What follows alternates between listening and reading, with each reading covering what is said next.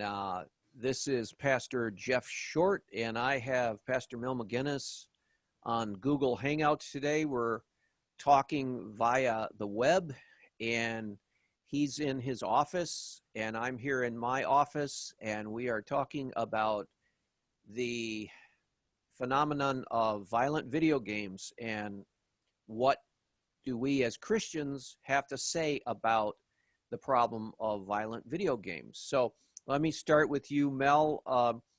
What do you know about this problem? What have you read or learned or thought about with this problem? Do you have any connection with it, or is this totally different? Personally, I have had no connection with it. For me, I can't stand video games. I don't play them. They're a waste of time.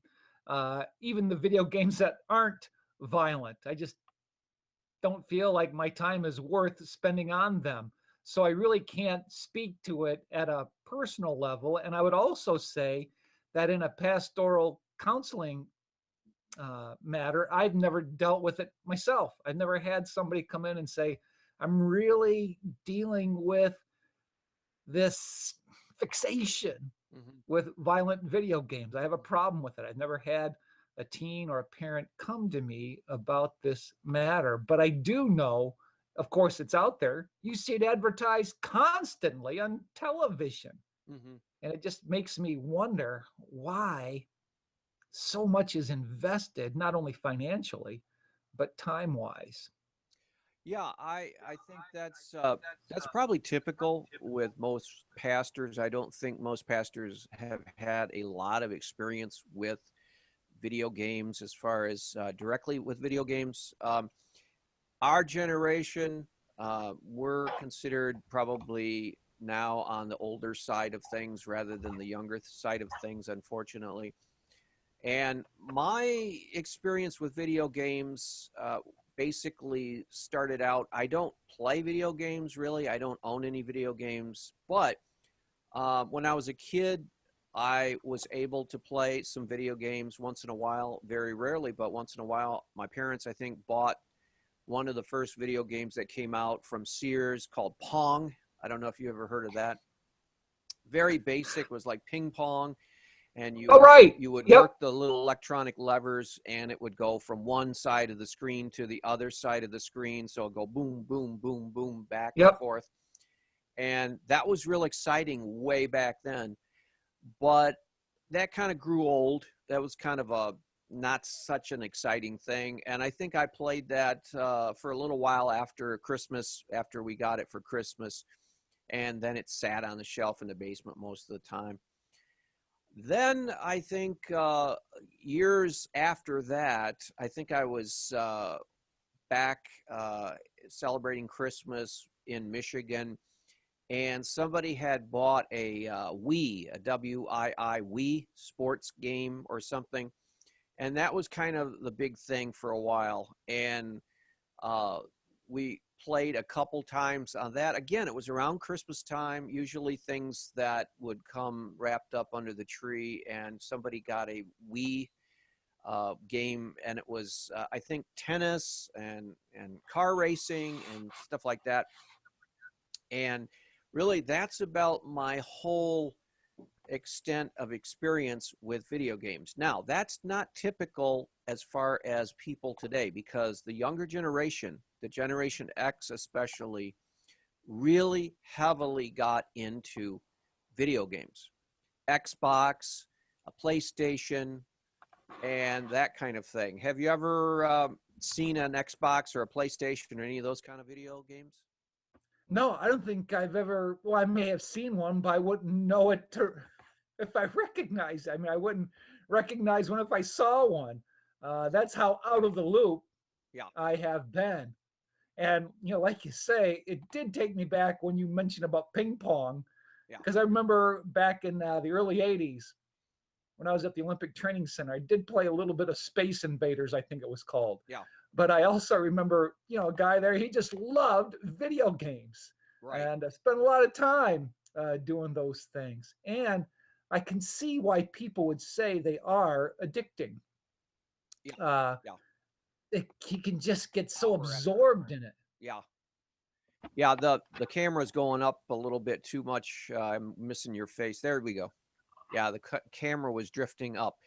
Um, Now, I was pastoring a few years back in a church where there was a fellow who actually was addicted to video games, and he and his wife were into video games big time. And they were playing over the internet. I don't know if you're aware of now, but you can actually have a gaming community where you are plugged in with other game people, and they are playing a game all at once over the internet, high-speed internet. And Mm. so he was heavy into that. Hmm. And for some people, college students, that they can drop out of college because they are not studying because of video games. So this is a really big deal. There are millions and millions of teenagers and young adults who are hooked on video games. But now the problem is not so much that, although that can be a problem if it becomes an addiction, but the problem is there are games that are actually violent, and it's called the first person shooter, where you are actually in control of the gun. And there are pictures of and video scenes where you are actually sneaking up on someone and shooting them, or you are going through a city and people are popping out and you're shooting at them and killing them, and it actually shows them falling and there's blood. And it's actually you're imagining yourself as a real person with a real gun and shooting other real people, and they're dying. So it's a highly imaginative thing, but it's very realistic. I don't know if you've ever seen any news clips of that. No, I really haven't been paying attention to it. All I see is advertisements on television Mhm. about war games. That's what it seems like it's going on. Very fictionalized and you know, Yeah. back in time or forward in time. Very explosive, very graphic. Um, but the kinds of ones that you're mentioning, I haven't seen those. But those, to me, seem to be very antisocial and breeding grounds for behavior that, though it may not be scientifically proved that it's creating criminals, I think it's getting rather borderline close.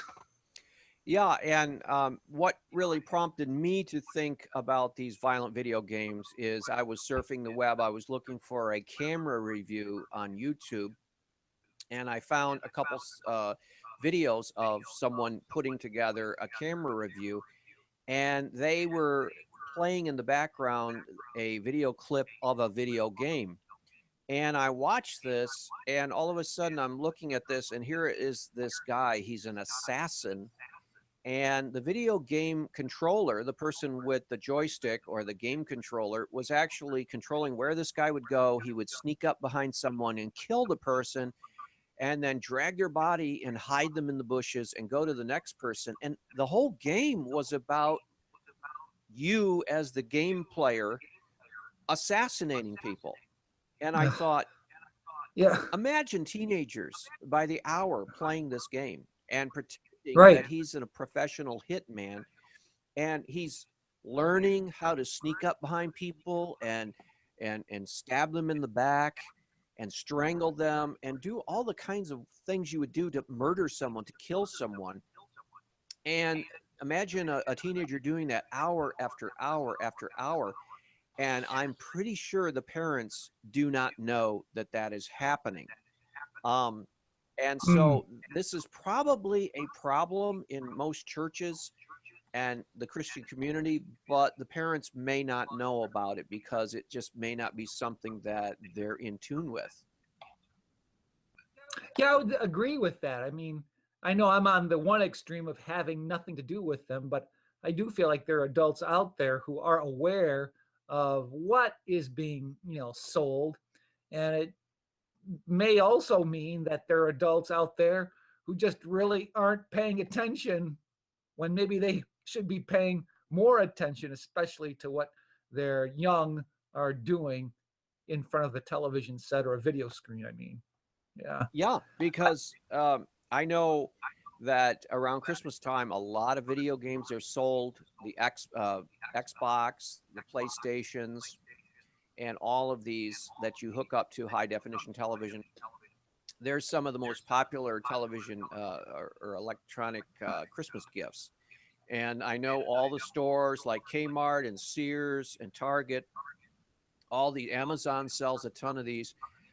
Every year, new video games come out. They're really a big deal in the youth culture. Now, you've probably heard of some of the most violent ones that have gained the most publicity in the news. For example, there's a video game called what is it? Something about well, there's Assassin's Creed. That's Mm. a video game. Um, there is one called Call to War, or Call to Honor, Call of Duty. There's one called oh, what's the one where it was so bad that there was a congressional study and people were called in and committees were formed to study the impact uh, of this video game. And what it would show would be people being murdered. It would show, actually, sometimes there were parts of the game that would show people raping and doing violence. And Mm. Grand Theft Auto is the name of the Oh, video okay. game. Yeah, You've I've heard of probably that. Yeah. Just trying to be sort of a thug community, a thug Hmm. culture. People shooting up people, shooting up cars, drive-by shootings, rapes, break-ins, smashing, vandalism. I mean, it's just the worst of culture. And this got so bad a few years back where they had congressional hearings. They'd call experts in. And the long and the short of that was that they were able to call witnesses that would say, yes, this kind of video gaming does lead to violence. And then others would come in and say, no, it doesn't lead to violence. Actually, they showed statistics that violence went down in some instance when kids played these games. They thought the conclusion was that, well, this is an outlet for their anger and animosity. So it's better than taking it out on the streets. But as Christians, we know that what does the passage say? As a man thinketh in his heart, so is he. Yeah. There you go in Proverbs. Yeah. And two, you think of the passage in Philippians where Paul talks about thinking of those admirable things, excellent things, praiseworthy things. And these things that have to pertain to violence are the exact opposite of that. So you see things in scripture which definitely steer us clear of engaging ourselves in such Yes. activity. Not only, I feel, is it mindless, but it does, I think, desensitize us to what's going on, makes us numb to the horrors that are already out there in the culture. Mhm. And the studies I have read, I have seen say that, yeah, it does not mean a person is going to be a criminal. It doesn't contribute to criminal behavior, but it does lead to more aggressive behavior. Mhm. So there's problematic things there in that, though it may not be criminal, I don't think we need more behavior that's aggressive. And I think this contributes to the decline of the culture being compassionate, being sensitive, being individuals that are not numb to what we are seeing and around us, whether it be nearby us or in a place far away from us. Yeah, and it's really hard to draw conclusions from the studies, I think, because um, if you look at the shootings that have gone on in the past 10 years in our country, you look at Columbine, you look at Newtown, you look at all of these out in Colorado, the theater, and so on and so forth, you're going to find that most of these, if not all of these young men, actually were Mhm. heavy into the violent video games. Um, Yeah. and some people say, well, yeah, but most teenagers that age are into the violent video games. So, what about the ones that haven't committed the crimes? But the problem is that we don't know for sure um, what the effects of these violent video games are having on the minds of mostly young men, but also there are women that play them too. We don't know what the total effect of it is. Perhaps Right. it could be a factor that pushes them over the edge. Um, I don't remember hearing about in the older days before the 60s and 70s. I don't remember ever hearing about mass school shootings occurring Right. in this country. I mean, there might have been one before, but I don't think there was a problem like there is today. So something has to Exactly. account for that. I'm not blaming it all on video games, but might not that be one of the factors? Yeah, I think you make a good point, and I couldn't help but also think of the days of cowboys and Indians, where boys loved to go outside, and one side, was the Indian side, the other was the cowboy side, and there you used to have guns in hand. You used to point the gun, and yet we did not have the issue that we're having now of those more frequent shootings that we're hearing about in the news. And it does make you wonder. You can't help but think: the is a contributing factor the level of violence that is being shown by way of television and is on display in these video games? Right. And the thing about the Cowboys and Indians, I think that really kept that at bay as far as actually contributing to violence was that the realism was pretty bad as far as the imagination. I mean, yeah, they pretended that they had a stick and that was a gun, and they would pretend that they would die if they had to make the noise of a gunshot or something, and they pretended to fall down. But today in these video games, there's not a whole lot of pretending that goes on. You actually see you fire a gun. There's a gun right there in your visual range, and you have total Mm-hmm. control of that gun. And there's a person that's running out in front of you, and you shoot that person. You actually see the gun shoot the person's chest or head or wherever you shoot them.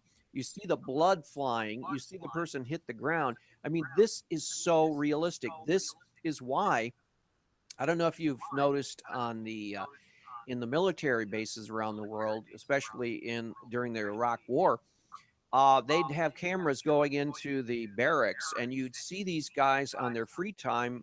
They'd be in front of a big screen with a video game, and they'd be shooting, playing shooting games and violent games. They'd be shooting at targets and pretending they were in battle as a free time activity there in a war zone. So you have these soldiers actually, and they say that if they get good at these video games, it does improve their hand-eye coordination for actual Right. shooting in the I've battlefield. heard the same thing. And I think Yeah.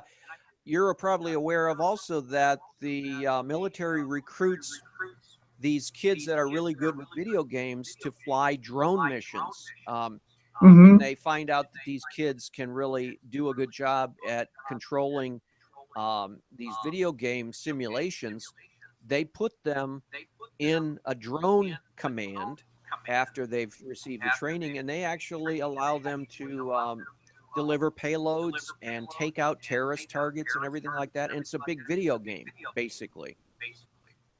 So it's like the reality, the thing between imagination and reality is very small at that point. Right. And I do again think we're seeing an escalation of the graphic nature in these video games. As technology ever increases, gets more sophisticated, and using that, the opportunity arises to make the graphics even all the more realistic. The sounds. And yep, sounds like you say, the visuals, the blood, Right. the control Right. of the gun, very different from the days of cowboys and Indians. Right. And that's the problem, because I think that it's very easy for young people to kind of confuse the imagination and reality. And what I think, while playing these video games definitely will not cause a kid to go out and then become an assassin or shoot someone or whatever, it is lowering the threshold for them to actually take a gun and shoot it, because they're familiar with it. They play these games so many times, the hours and hours of first-person shooter games. Taking a video game in hand, or a gun, excuse me, in hand, and actually aiming at someone and pulling the trigger, I don't think will be as hard for someone who has spent hours and hours doing that on a big screen in front of them. I think the inhibition and the resistance to actually shooting someone would be lower if you've spent hours and hours on these video games. And I think of, as from a Christian perspective, I think of from what Christ's words were. He said, if you lust in your heart after a woman, you've already committed adultery with her in your heart.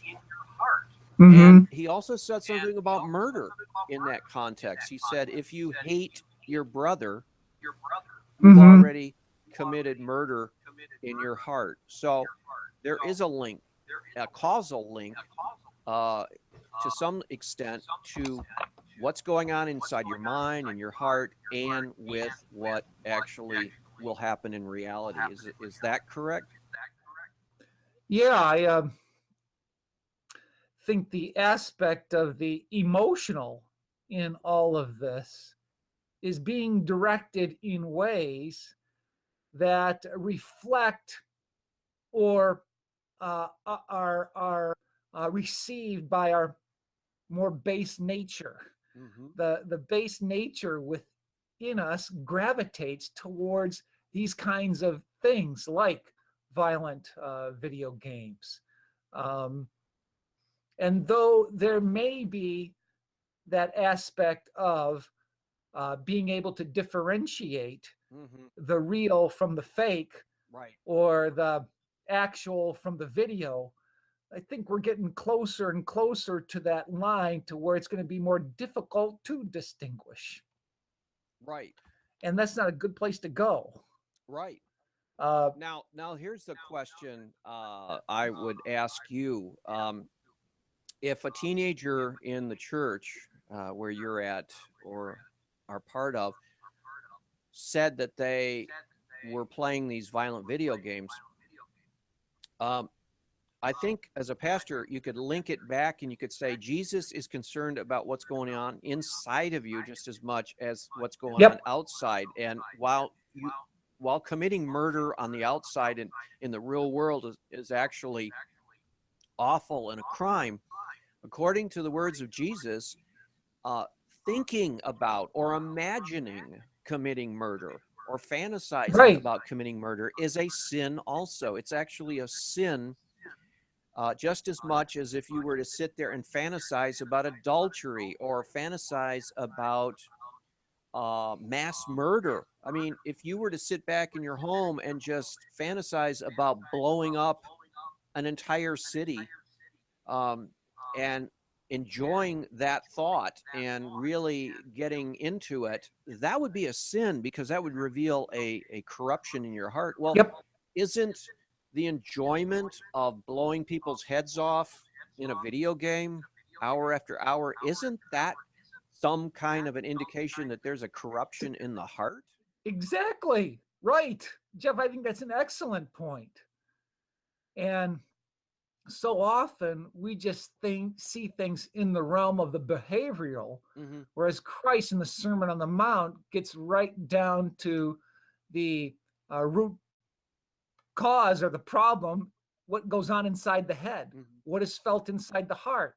So Christ helps us to see that we need to go at a far deeper level Mm-hmm. than what is seen with our eyes. We have to deal with matters that are at the heart level and in the thought processes of a person. In the heart. Yeah.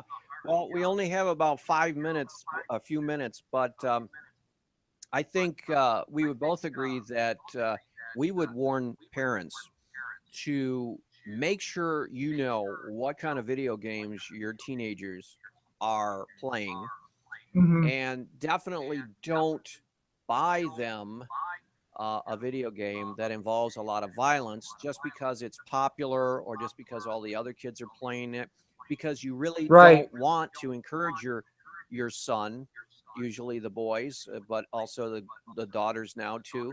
You don't want to encourage your children to fantasize about sin or get into it or Mhm. like it or get excited about murder or assassination or mayhem. These are things that are wrong, that Christ teaches us are wrong, and also counseling the children, the teenagers themselves. Hey, uh, do you want that kind of junk in your heart? And to really check their hearts. Would you talk to teenagers in the sense of checking their own attitudes? Yeah, and I can't help but think that as we've talked about this subject, a professor from Grove City College, uh, in dealing with this aspect of technology, he teaches in the area of what's called mediacology. His name is Dr. T. David Gordon. And he says people often think what technology is doing for us. Question needs to be asked: what is technology doing to us? Right. And as we think about this subject of video games, particularly violent video games, what is it doing to To us. us? And if and if we step back from that, thought about that, I think we would see that it's making the heart more callous. It's making the heart, like I said before, less sensitive or inclined to be compassionate. It, I think, arouses an aggressive nature in us that does need to be curbed. It certainly isn't helped by what violent video games portray. That's correct. Well, we're out of time for this segment of our Christ and Culture show. And I would just encourage parents to pray and help ask the Lord's wisdom to not let this stuff enter their home. And we will talk about more of these kind of subjects in future episodes. Thank you, Mel, for being with me today to talk about this. And to all of you who tuned in, God bless you and have a great Christmas.